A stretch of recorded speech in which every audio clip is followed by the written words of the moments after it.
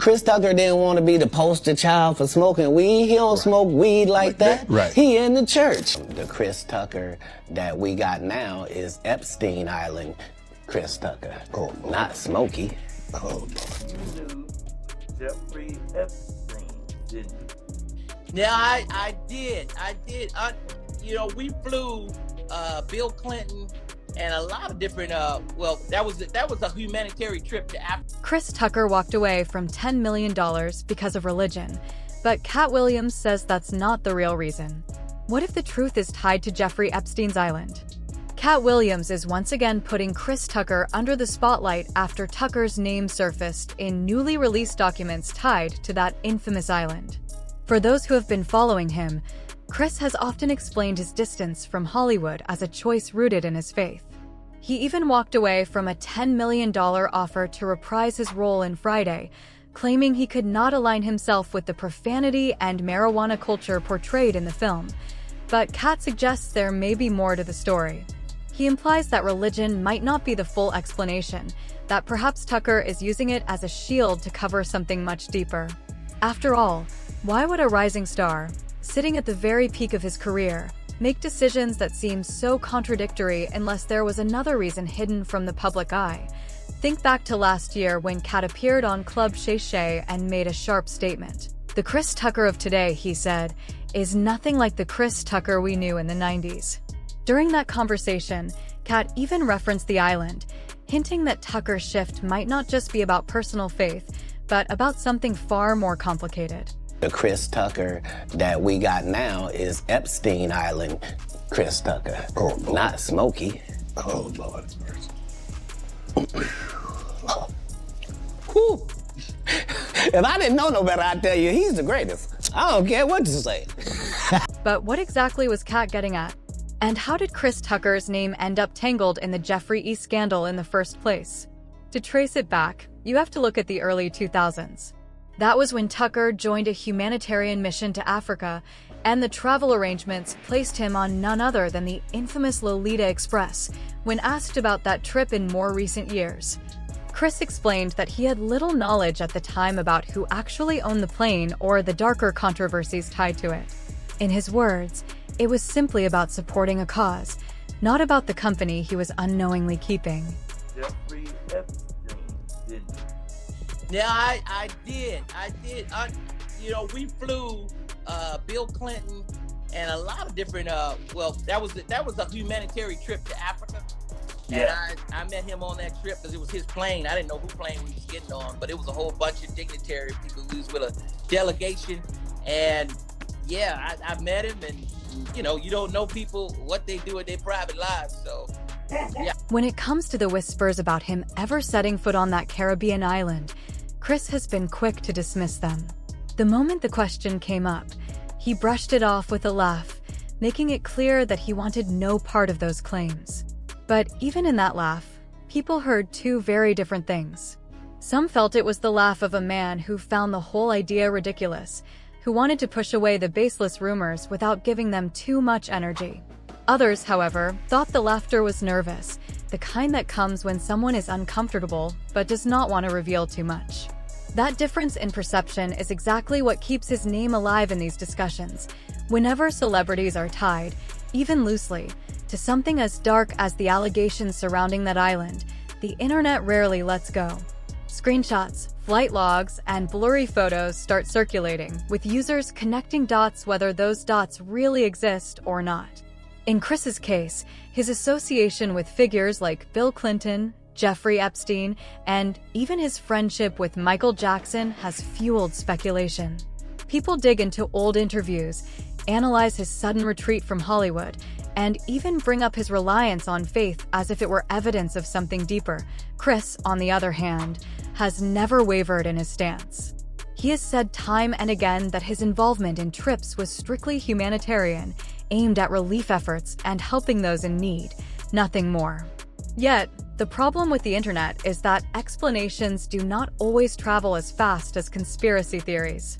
A calm denial never gets as many clicks as a wild accusation.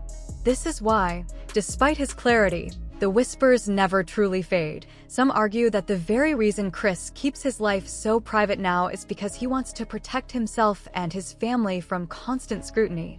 After all, walking away from the peak of Hollywood success was not a small decision.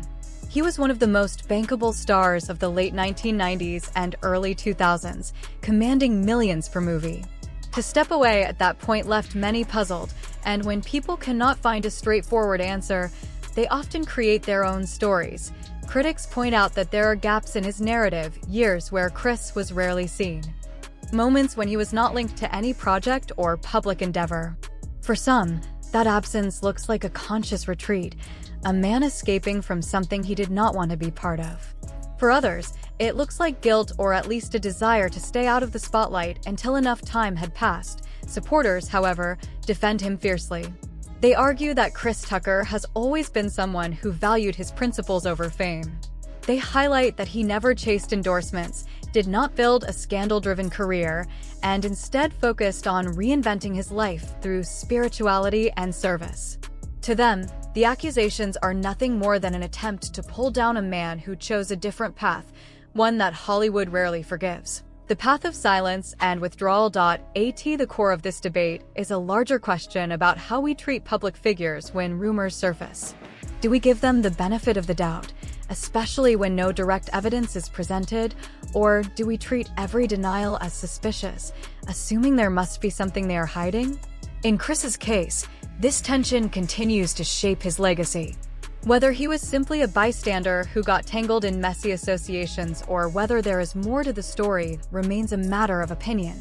But one thing is certain: his laughter, that quick dismissal of the island whispers, will be replayed, dissected, and questioned for years to come. It is no longer just about what he said. It is about what people want to believe. He was on this private plane, and you could tell that it was a private plane because they called it, was it Lolita Express? Oh yeah, it was a private plane. Yes. Oh yes. But wait a minute. You didn't never go to that island, did you? No. I don't know where that thing at. Many people felt unsettled by Chris Tucker's reaction when asked about the island.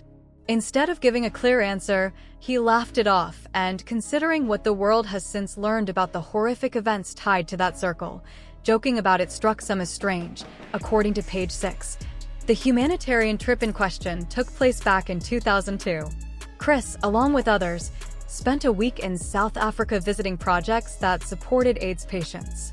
But here is where the story takes a darker turn. Shantae Davies, a flight attendant who later appeared in a documentary, recalled a disturbing incident that happened on that very plane. Years later, she told The Sun that Chris was among those traveling on the humanitarian mission, and the outlet even obtained photographs of him during that journey. More recently, one of those photos began circulating online, showing Chris standing beside Jojo Fontanea, who happened to be Jeffrey's longtime housekeeper. To be clear, Chris Tucker has never been accused of any direct wrongdoing, but the associations themselves raise unsettling questions. How did so many celebrities, all at the top of their careers, find themselves orbiting the same man at a time when unspeakable crimes were taking place? And are we really meant to believe that none of them had any idea what was happening? Fans remain divided. Some argue that Chris may have seen things but chose silence out of fear. Others, however, are suspicious, wondering if his involvement ran deeper than he has ever acknowledged. What complicates the picture even more is Chris's growing emphasis on faith. He has been very open about how his religious beliefs influenced his decision to pull away from Hollywood. For example, Ice Cube revealed that Chris rejected a $10 to $12 million offer to return for next Friday because he no longer wanted to appear in films that promoted profanity or drug use.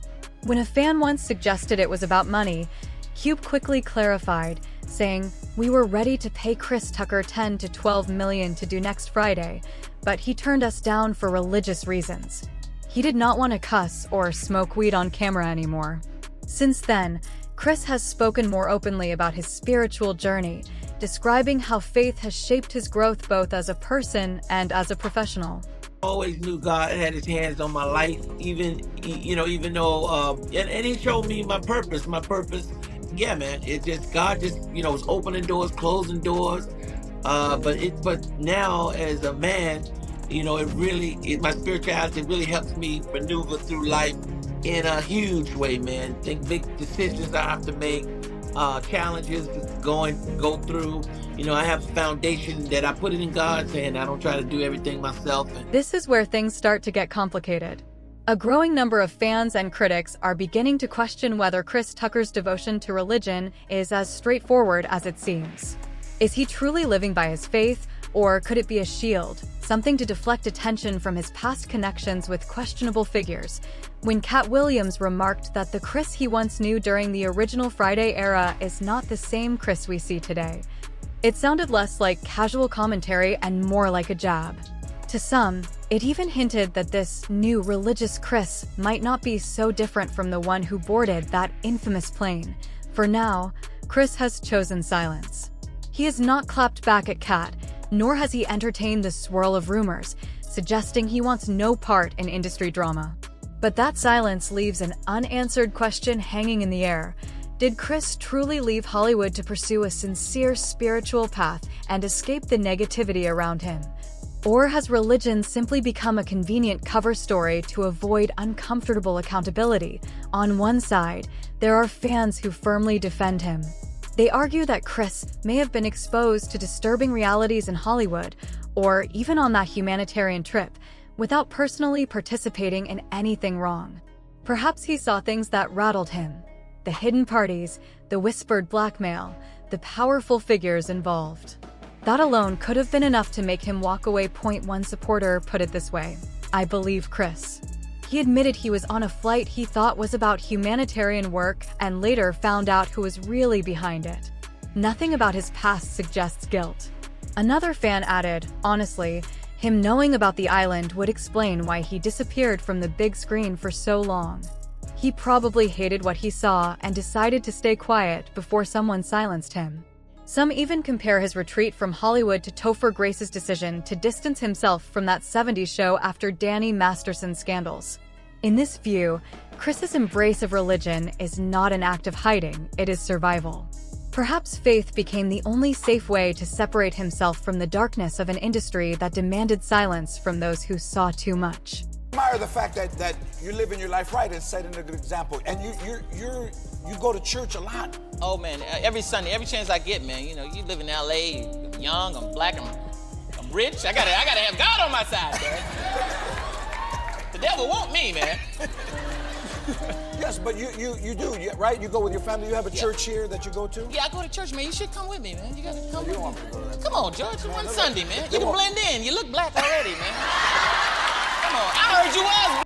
But then there is the other side of the story, the one that refuses to paint Chris Tucker as an innocent bystander who simply got caught up in the wrong place at the wrong time. A growing number of people believe that Katt Williams was not just tossing out wild accusations for shock value, but rather dropping calculated hints about something far more serious. To these critics, Chris's behavior over the years suggests that he may have fallen into dangerous company, made compromises he could not escape, and is now using religion as a shield to keep curious eyes from digging too deeply into his past. One of the biggest talking points fueling this theory came from social media, where users began circulating screenshots from the infamous Black Book. In those pages, documents that have now become the focus of public obsession, Chris Tucker's name appears alongside other well-known celebrities. For many, that single detail was enough to lend weight to Katt's insinuations.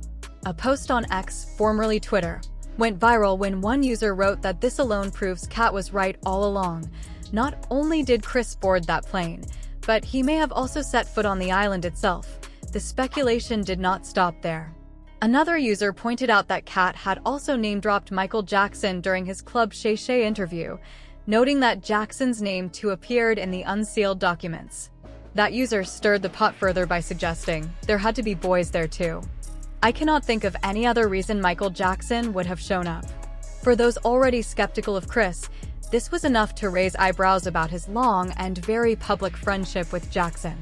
If Michael's presence on that list carried dark implications, what did that mean for Chris, who often appeared by his side? The guilt by association argument may not be rooted in hard evidence, but it resonates strongly in an era where fans are quick to connect dots, even if the lines between them are faint. Adding fuel to the fire is Chris Tucker's personal life. His marriage ended abruptly years ago, and since then, he has never been publicly tied to a long-term, serious relationship with a woman. For critics, this absence only heightens suspicions. They point to it as another piece of the puzzle, an unexplained gap that feeds into the narrative that Chris may not be the man he presents himself to be. While some view this as unfair speculation about his private choices, others interpret it as another sign that his life does not quite align with the clean-cut, faith-driven image he projects today. What makes the debate so complicated is the split in how people interpret the same set of facts.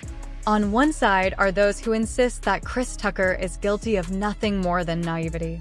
They argue he may have seen disturbing things during that humanitarian trip, or even within Hollywood circles, and those experiences left him disillusioned. If that is true, then his retreat from the industry makes sense. Maybe he walked away because what he saw, whether on planes, at parties, or behind the closed doors of powerful people, was too much for him to handle. To this group of supporters, his turn toward religion represents a genuine effort to heal, to reclaim his life, and to put distance between himself and a world that thrives on corruption and exploitation. But the critics see it differently.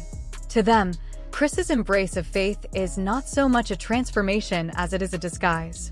They argue that leaning heavily into religion has allowed him to sidestep hard questions and reinvent his public image without ever addressing the most troubling chapters of his past. In their eyes, it is not about growth or morality. It is about survival. By presenting himself as a man of God, Chris avoids scrutiny, deflects accusations, and ensures that the spotlight shines on his faith rather than on his connections to one of the darkest scandals in modern history. This divide in perception creates two radically different versions of Chris Tucker's story. In one, he is a man who stumbled into a nightmare, witnessed horrors that the public can only imagine, and made the difficult choice to abandon a lucrative career for the sake of his soul. In the other, he is a man who compromised himself, went along with the wrong crowd, and now hides behind religion as a convenient cover to avoid accountability. The theories even extend into comparisons with others who stepped away from Hollywood under suspicious or unexplained circumstances. Some fans compare Chris to Topher Grace, who famously distanced himself from that 70s show long before Danny Masterson's crimes became public. Just as Grace was accused of being weird or antisocial for not partying with the rest of the cast, only for those judgments to be reevaluated in hindsight, Chris's exit from the silver screen now appears in a different light.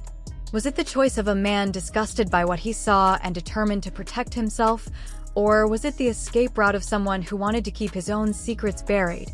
What makes the situation even more layered is Katt Williams' role in it. Katt is not an outsider casually speculating. He worked with Chris during the early days. He knew him at the height of his fame. And he has repeatedly positioned himself as someone unafraid to expose uncomfortable truths about the entertainment industry. That is why his words cut deeper than random internet gossip. When he says that the Chris Tucker he once knew is not the Chris Tucker we see now, people listen. And when he ties that change directly to the island, people wonder if there is more behind the claim than just shade or bitterness. At the end of the day, the public is left with questions that may never be fully answered. Did Chris Tucker truly step away from the limelight because he found strength and peace in faith? Did he reject the temptations of Hollywood and use religion as a genuine path towards self-preservation?